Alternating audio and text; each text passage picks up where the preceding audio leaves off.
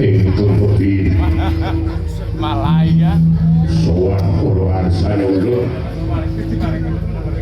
tanpa tinimbalan anuman nuli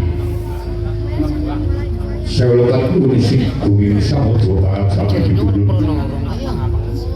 dene keparang tidak poduko pun sungkono tanpa tinimbalan sowan wonten asalipun pipulun sesembahan tumita poduko pun sungkono lapor min bakti kula katur pipulun wah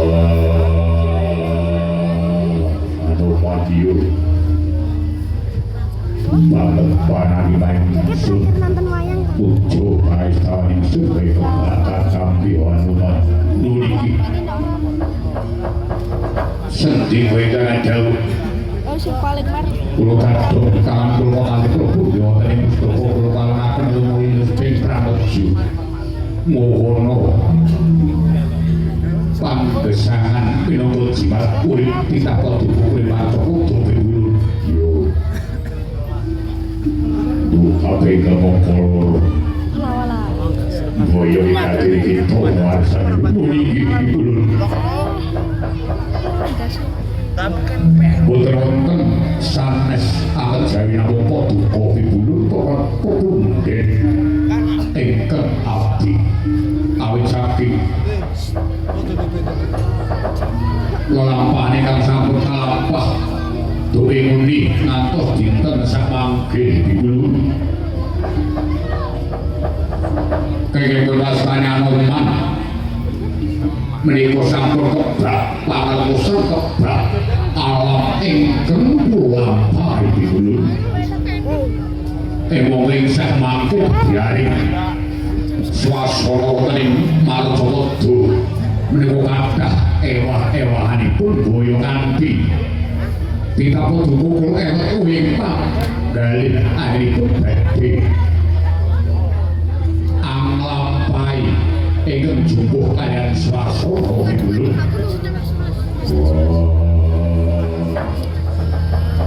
Ringgit lebih yang ngapunten piwulun ingkang dipun senggono ing arah anggur maosi sampun nyuku ing bahasa gesangipun ingkang abdi Anoman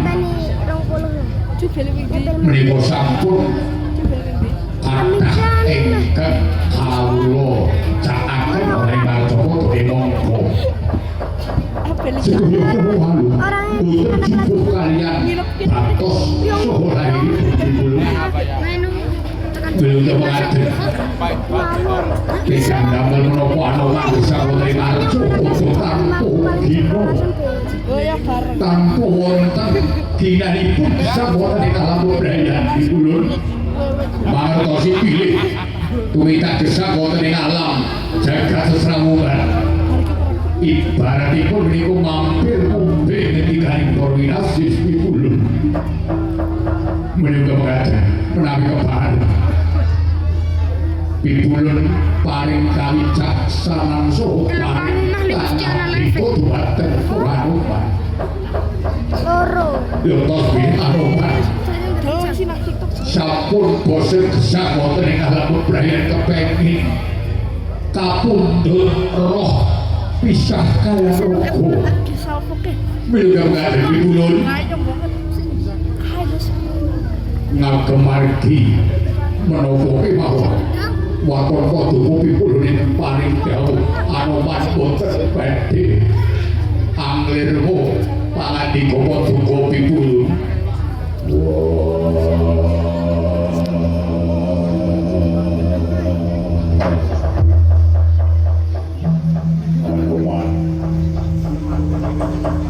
siro jejering pandita jejering biku Bayu apa Indra sih? ono kang diraking samang samang iki ono sing ngarani Kiai jeneng pandita kowe mau wong sing wis nepok mau wis ora melik kebiaring jagat kasenengan miwah kamulyan anane piwong caket lawan Gusti sing gawe urip Enak sih kan udah penyu.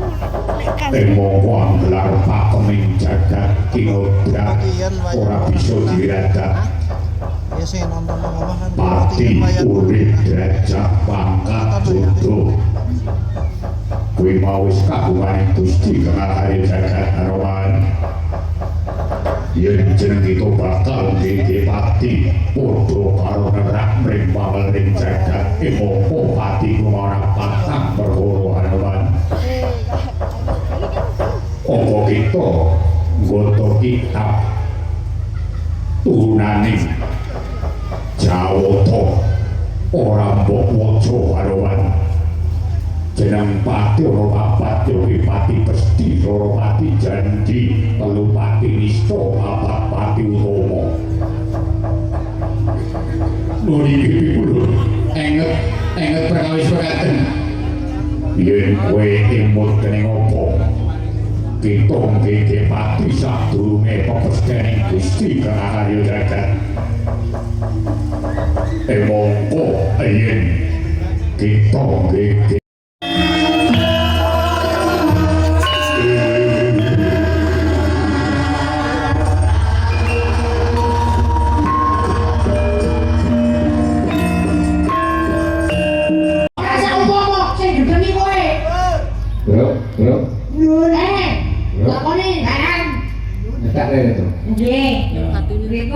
Iki bener wis dikandhake gareng ya. Nggih.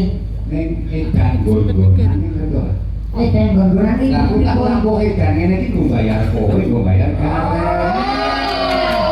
Ngono kae edan iki kok bayar kowe karo aku. Lah nek kaya ora edan. Berarti sing edan kowe karo aku.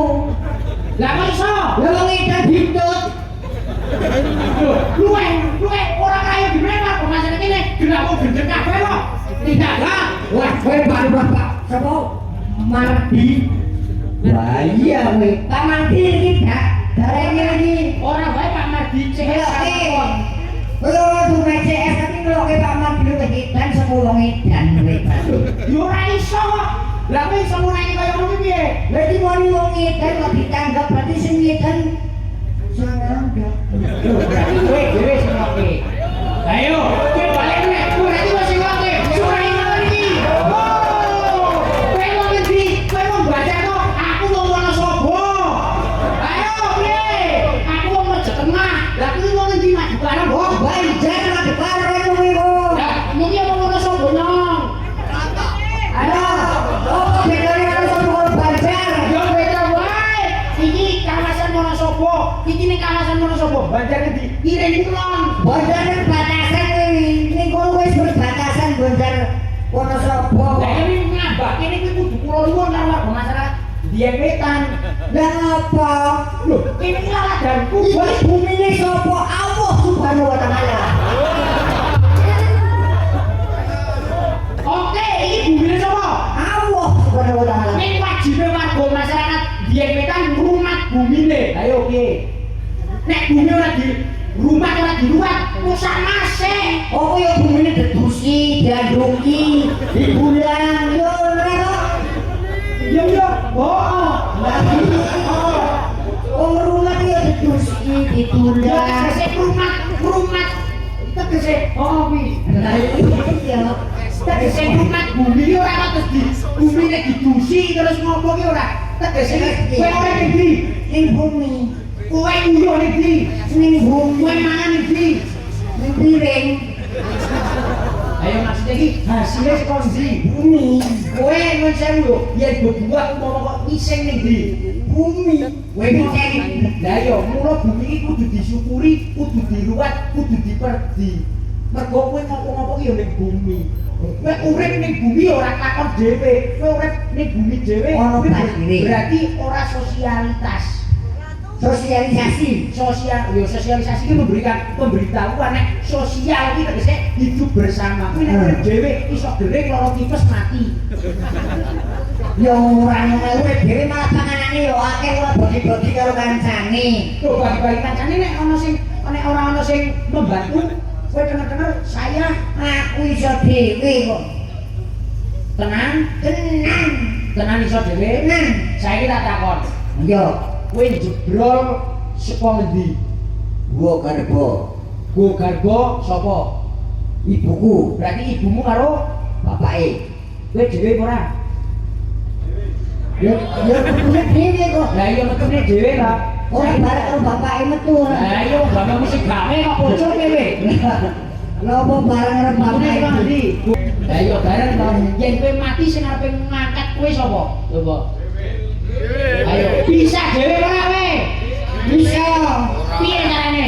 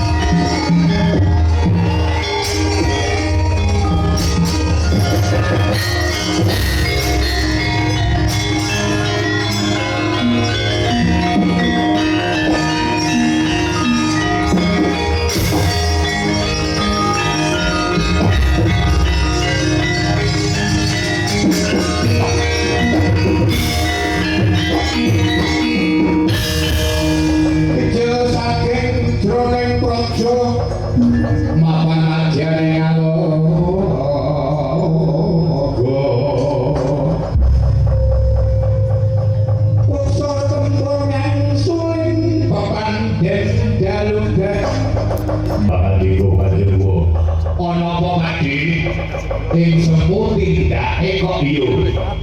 Gegajangan kok jabata tadi ana apa kuwi?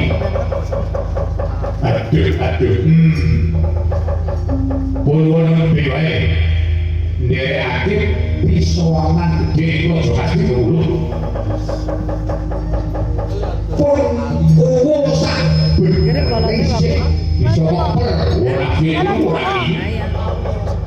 Kasalah jroning batin itu kok iki bakal ono satu mungkin cangklaan satu bubuyutan kemudianmu kowe kabeh bakal dikit-dikit asuh berani mongko kemudianmu berdua udah melupuk nek prosokasi boleh temukan kegajangan pun wong mawe ngurok bukaku kabeh dua watiran ngamarto supaya sikap bergamaning prajurit Begawan lumono yang podo mesti nokan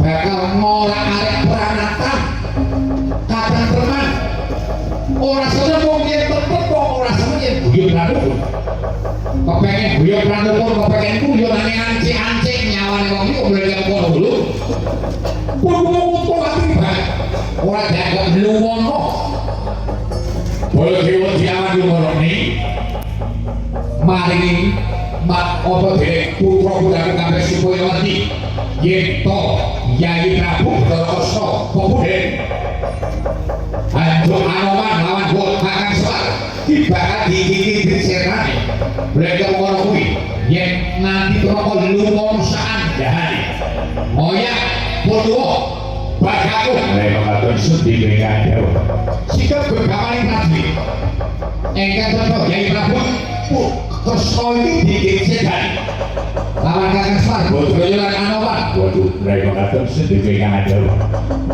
pemudemu uga ning praja ngadine Utawati ojo-ojo ning kono bakal dirikeh kasungane lanjut bicara ngomong ketok rangkap-rangkap kok iki kok ngasine yo musuhmu apa maneh serayane bakal ngono mereka terus sedhi kowe kabeh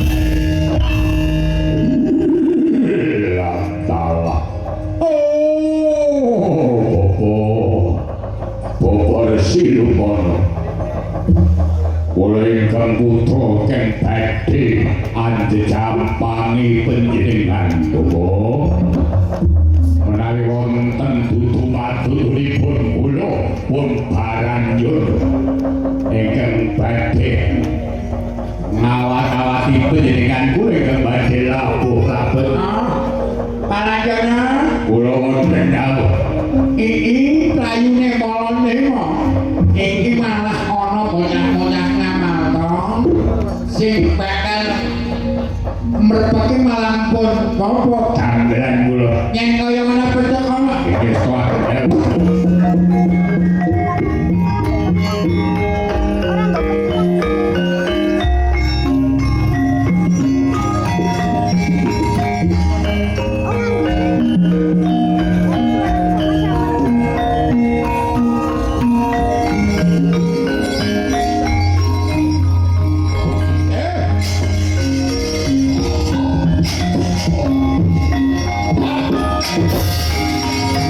Thank you.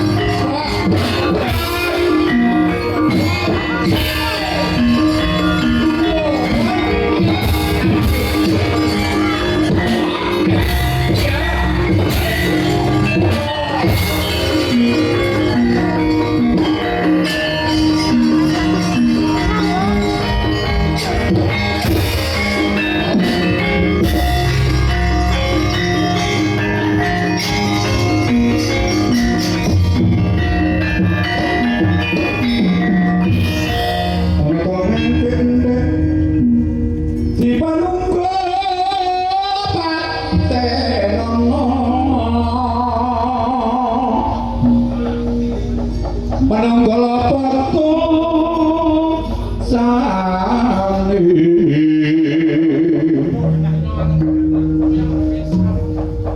yen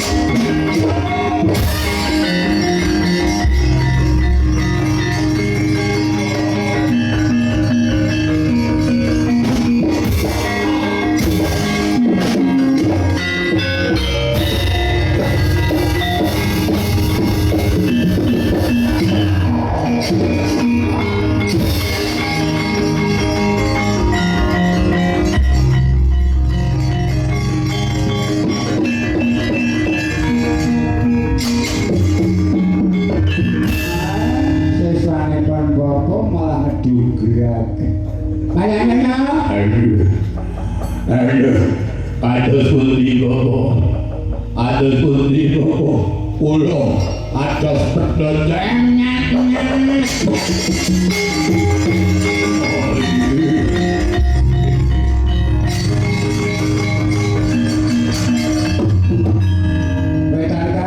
Buka saplet dugi kaki Semar.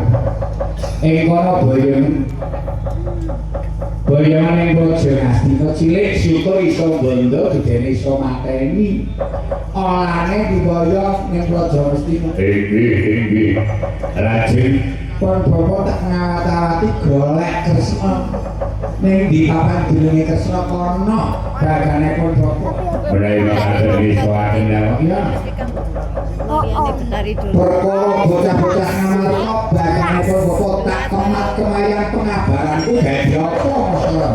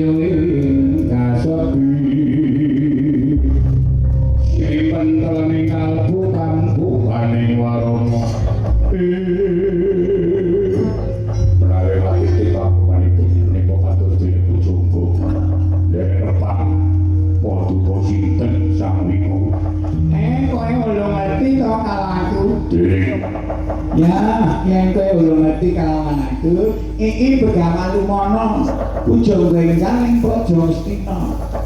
Mongko wong tuamu kabeh padha manunggal lawan Kurawa. Mong genteng putra-putra kabeh manunggalo guru-guru supaya Bratayuda Jaya Binangun ora dumadi. Wah, yen koyo ngono mali.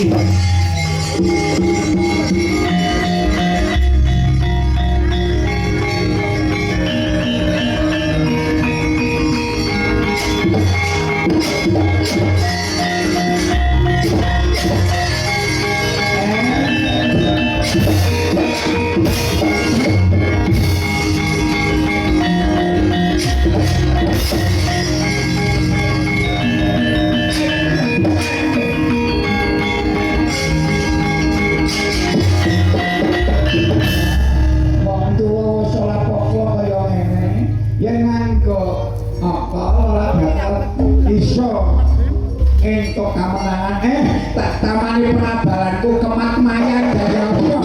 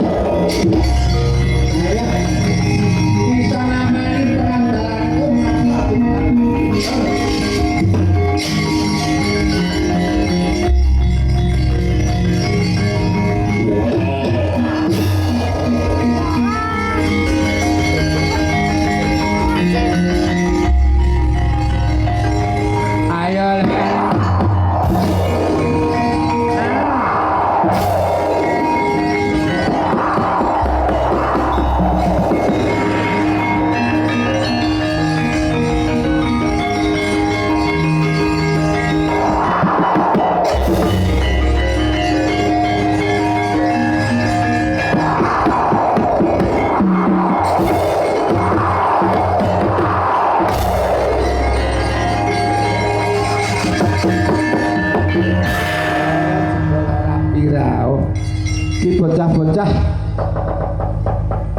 ngamarta wis kendang aplacon dan ing kono tiba ragamu ning jeloning gunung iso tumeking pati kowe. Pendeta Durna kula wonten dawuh pangandi kok padha ngrumpuk ngene iki.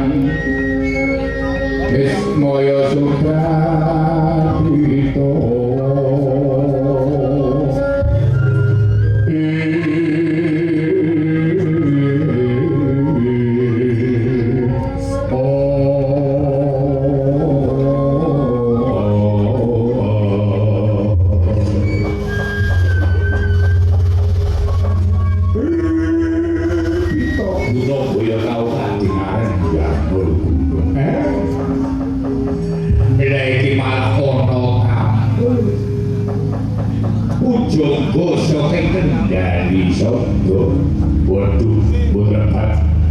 Ibu Sambang Ismoyo. Kita kok dikumpul pun Anoman di sebono ning ngabeh. Lagi Pak.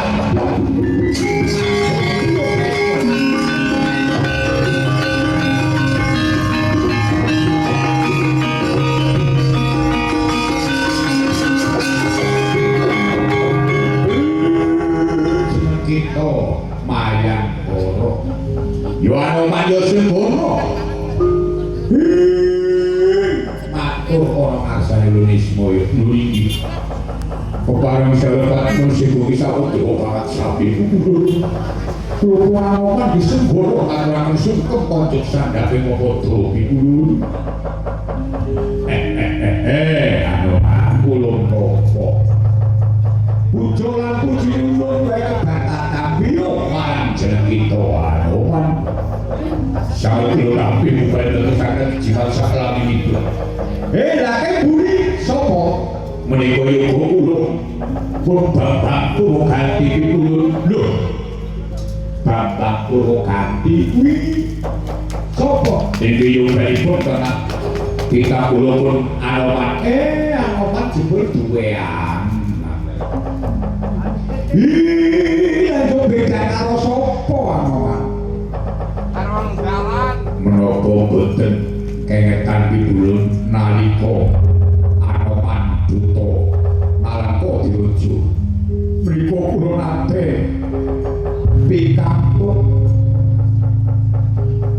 bebaya wonten ing margi ngantos kula boten sumerep kebiaren jagat ingkang paring pitulung menika Dewi Sayem Prabu dadi kurang bojo karo Sayemi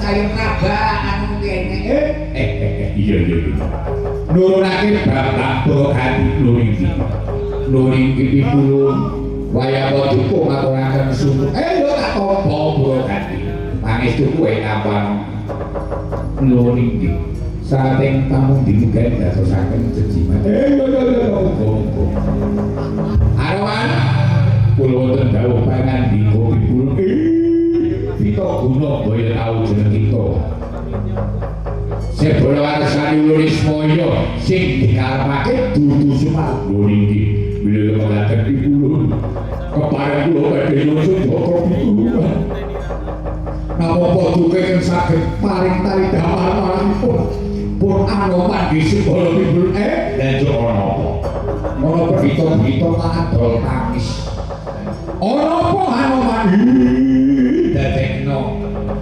ribeting penggali ulun nuringgi ulun goroh wae napa betitah kula Anoman kula menika sampun bosen urip kula menika sampun bosen gesang ulun kula kepengin ngaso wonten ing alam kasukman kula nyuwun kaperja ana ulun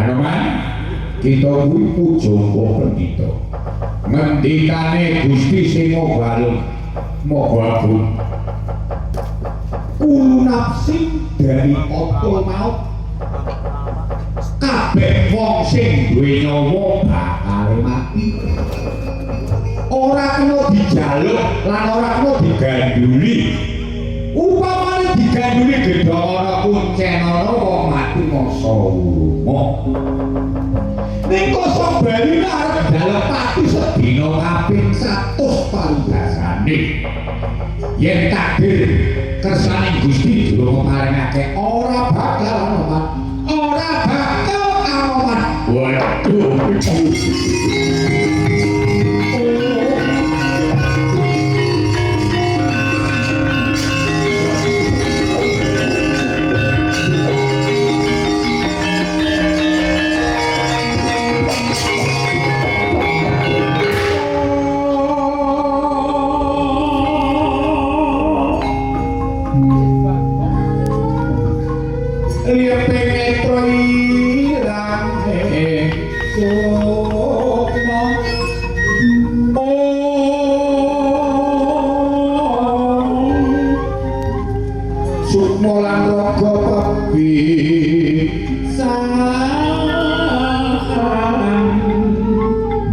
nganti rokong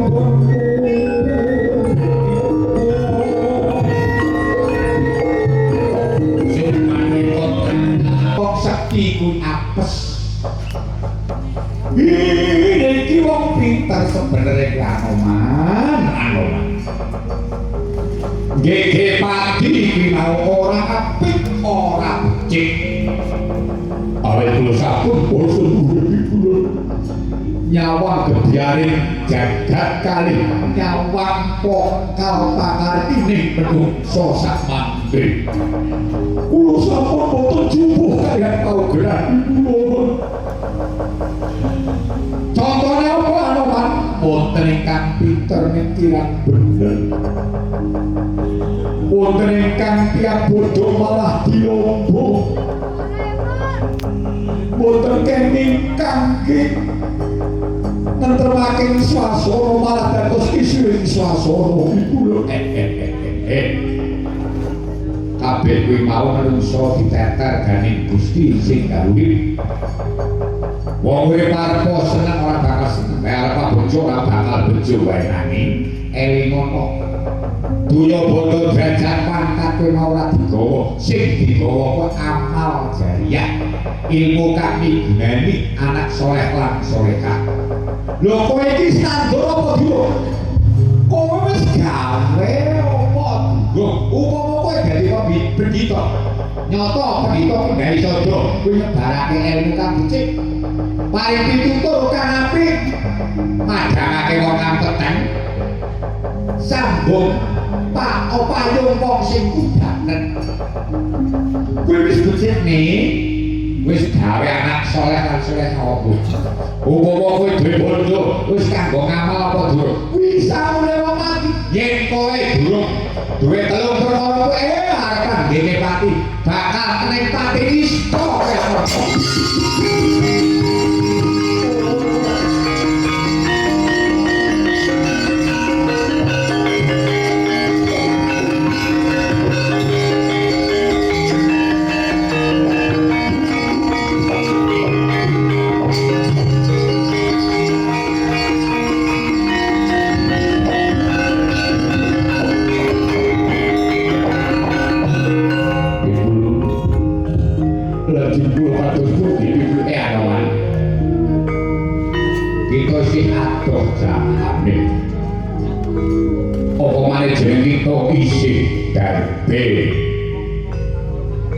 kewajiban besuling tembe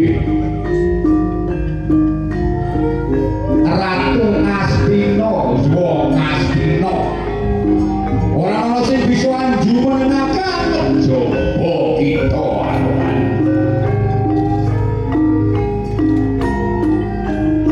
mula kita dolene pring swasana eling lan waspada siramo tirta kalamu bahwa tirta kasabaran dilugah anoman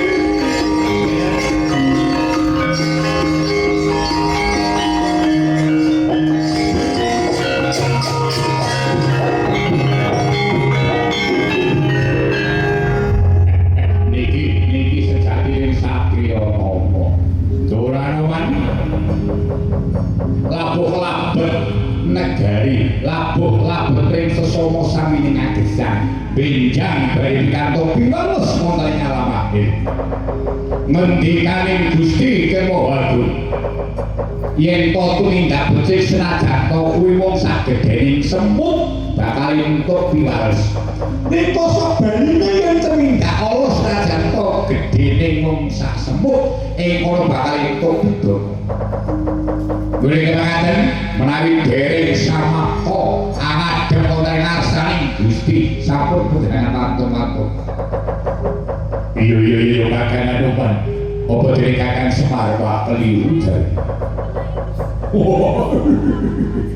Yen kaya aku mongso kumrigat senajan kok aku laku wis ora jejeg sikile wis telu mergo tenan lekon dua aku setretat wis belok nanging nuhoni marang disibah kok Gusti durung paring Anoman supaya sowan ring asale Gusti yo tak labuh nggih bumi goncang kancing langit kelap-kelap kakon lerki caneng alir bisa mawekan dosa barang kadulu poke moya payu sakit gas baliun lu maris sangat strong duka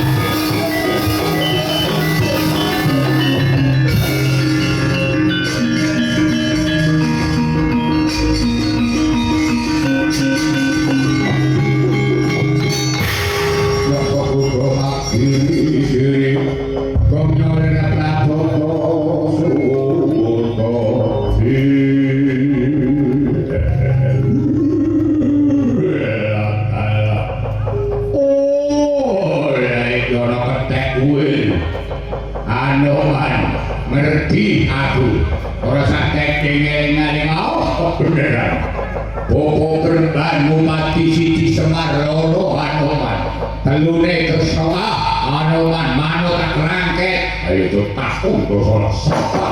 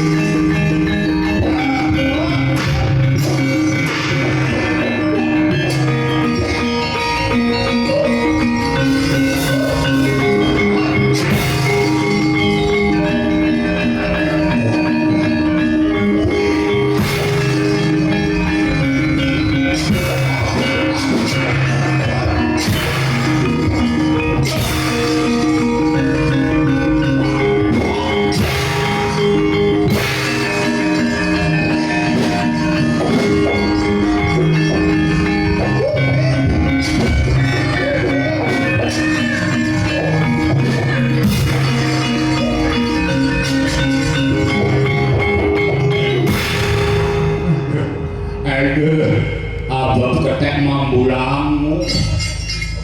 Kudu dilindingan kena ketek. Yen kaya lho, boko lunga.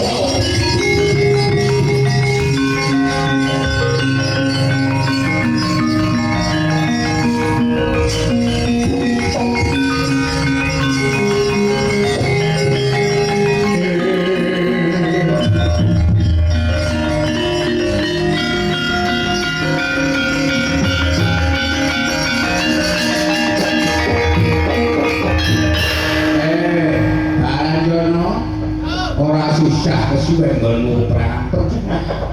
Nek ning kono orang-orang lawan Semar. Bagarane itu bagarane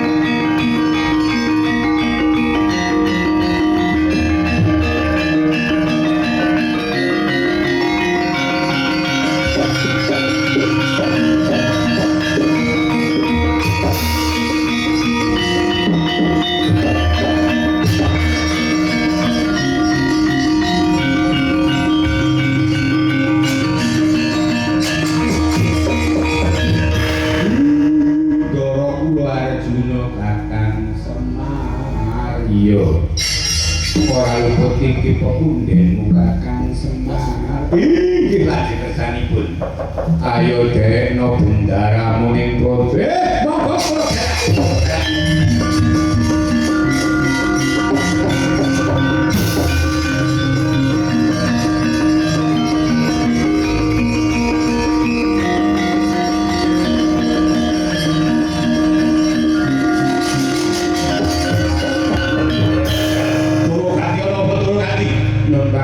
Kanjeng Rama pipulun Sang Bawismaya sampun derek ndara kula Janaka.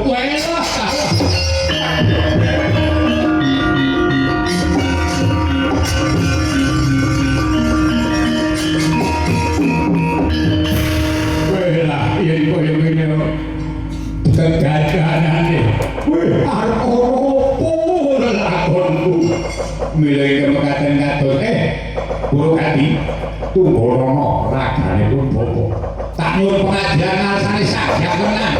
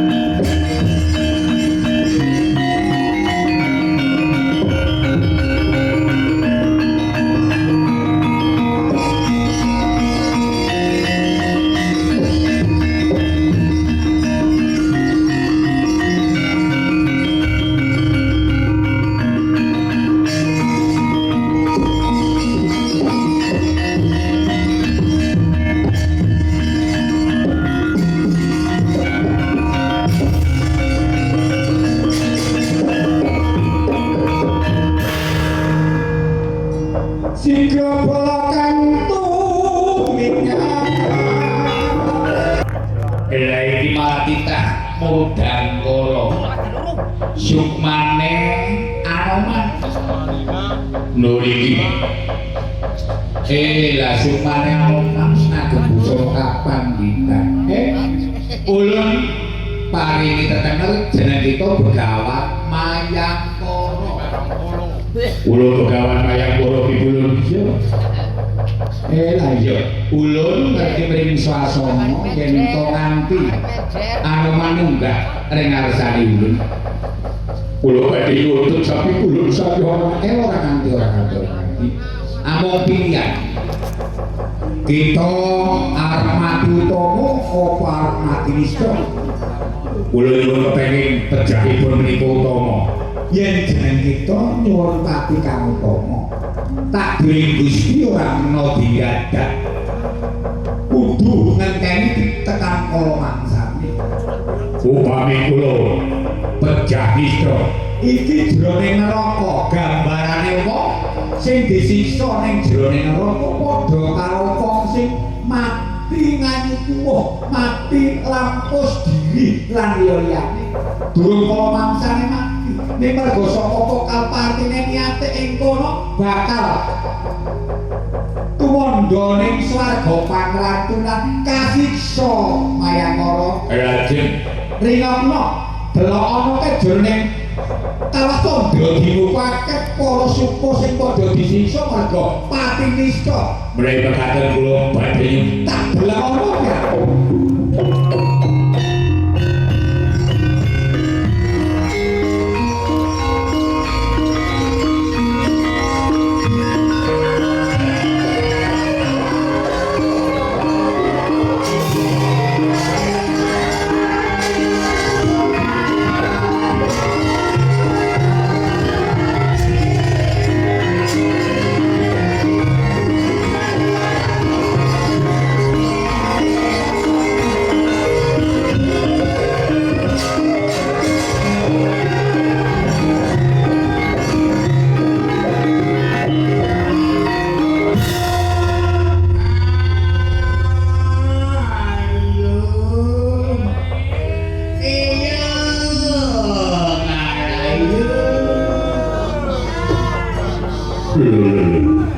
Iki ana sumung orang-orang rintik bagi sapa?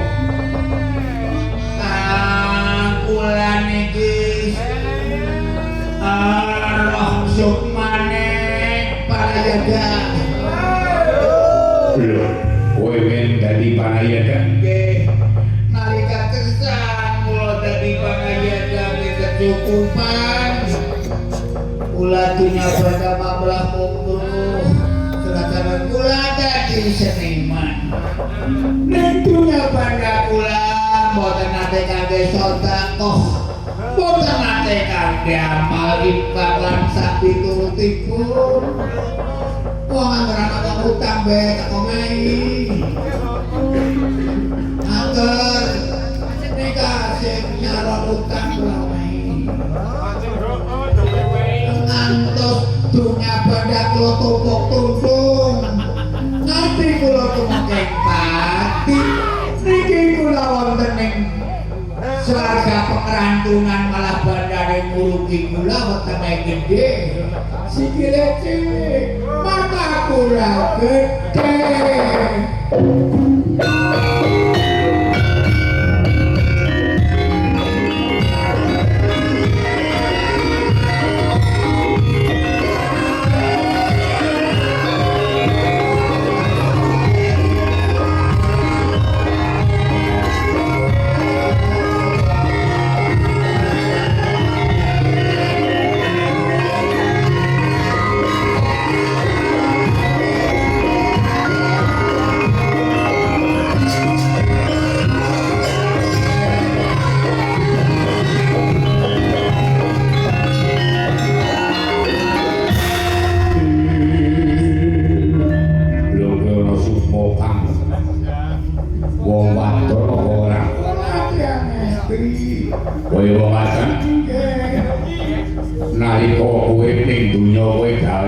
apa? Kula niki setunggaling marang kono. Kowe singen? Nggih. Lah banjur nalika uripmu Kula dados singen laris. Kula tiang jalere tani. kowe wong sing lanang kuwi tadi Nggih. Tani niku kula tani kentang. Kula dadi singen mriki boten nate kantun. Angger dugi ya tiang jalan kula sing kan masak kula film. Angger dereng ngaten damelan. Dakaran kula dereng tangi. Kula sampun kintenipun tiang jalan kula dadosaken tiang istri.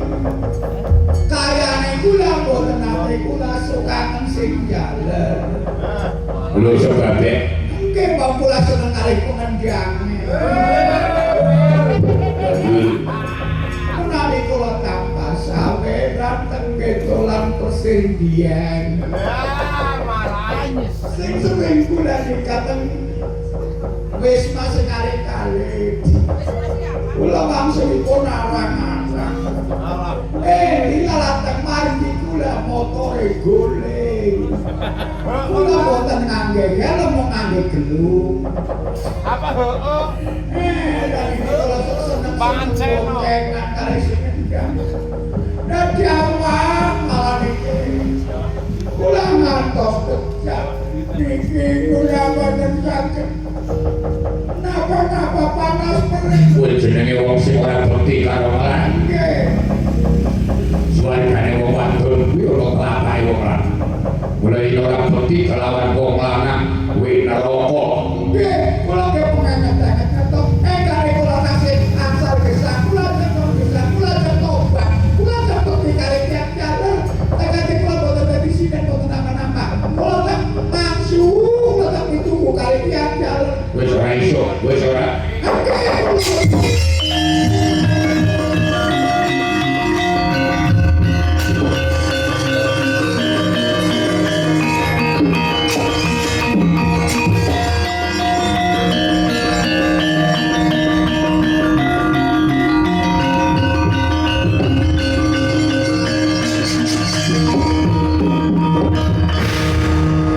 Mayang koro, kula boten dawuh kita wis kagungan panemu kula sampun kula boten kepengin pejah ingkang iso kepengine pejah ingkang utama bagus.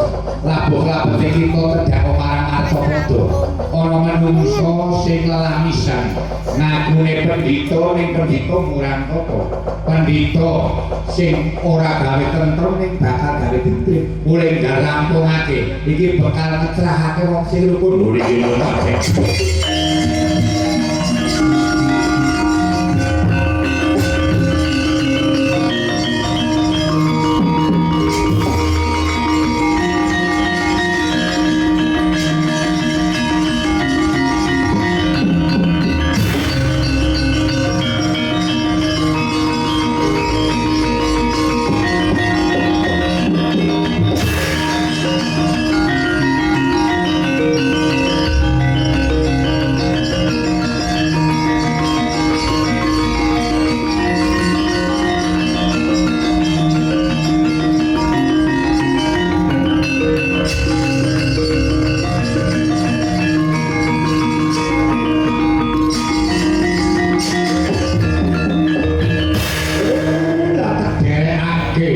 mau ki Ndara Janaka. Lah kok iki dadi pendhita sapa kowe? Aku arek Umana. sapa Begawan Lumana. lho Wani-wanine nggawa kaki semar. Oe sing bakal kanggo bebanten lukuning Pandhawa kelawan Kurawa. Mula kowe manut ning praja Ngastina. Kowe bakal tak panggang jroning praja. Arep manggang karo kaki semar. Legane ati ora teh ngali-ngali.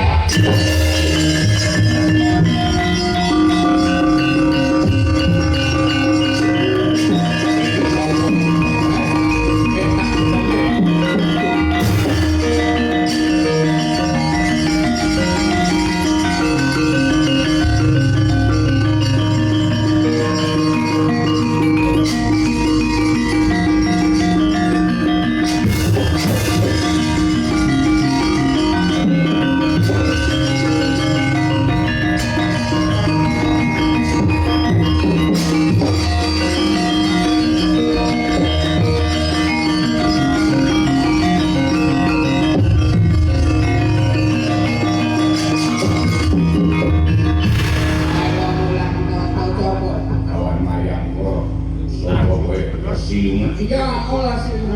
Kewan ini melawan lawan bakalan lumur.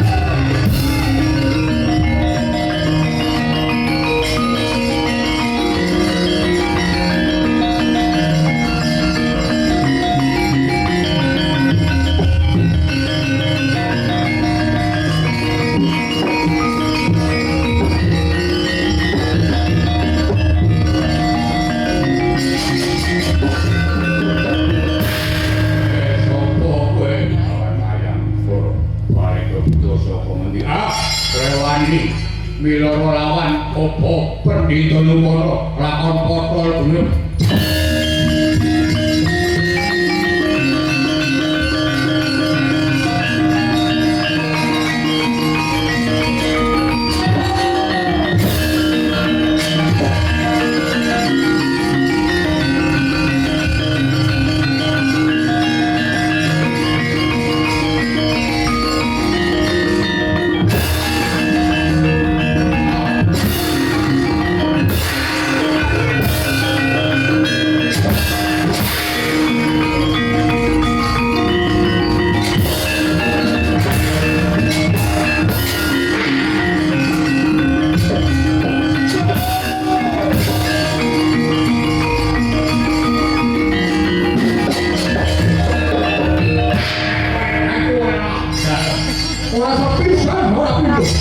jebul kemayang koro dadehan oman panas beragasi weh tak bali-bali semen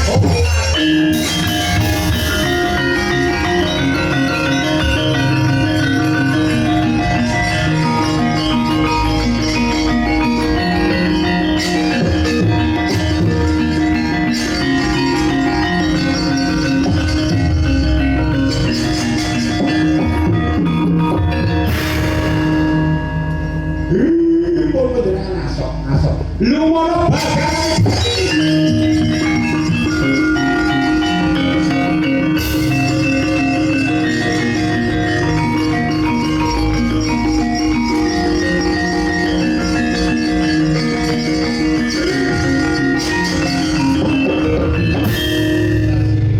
iki ning kene kowe sing galon-galon kowe sing galon-galon ayo arep kaya ngopo kakang Semau kaya ora bakalane karo ada dari kaparan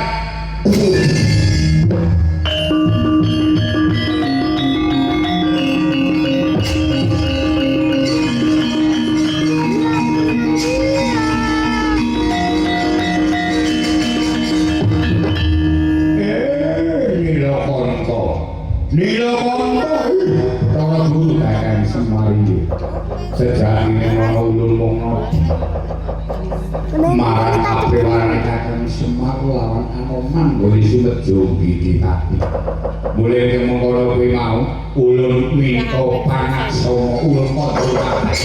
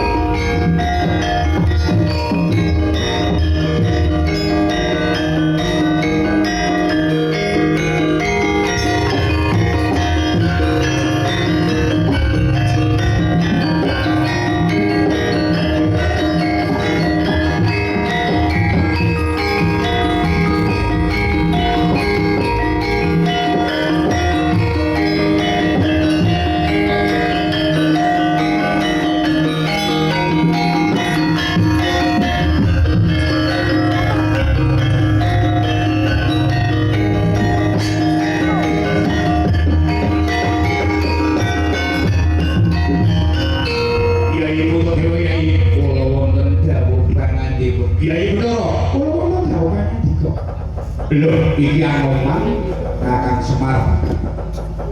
Wis ora mau sing dadi pangidit nanging putra-putraku kabeh sing kenang kemat kemayan kenabarane lumono sampun malih rumajati. Saking daya pandayanipun Anoman nggih mayakura. Wah, ya syukur nek putra-putraku kabeh wis paluya kaya dene. Ya padhe kabeh wis padha paluya kaya dene.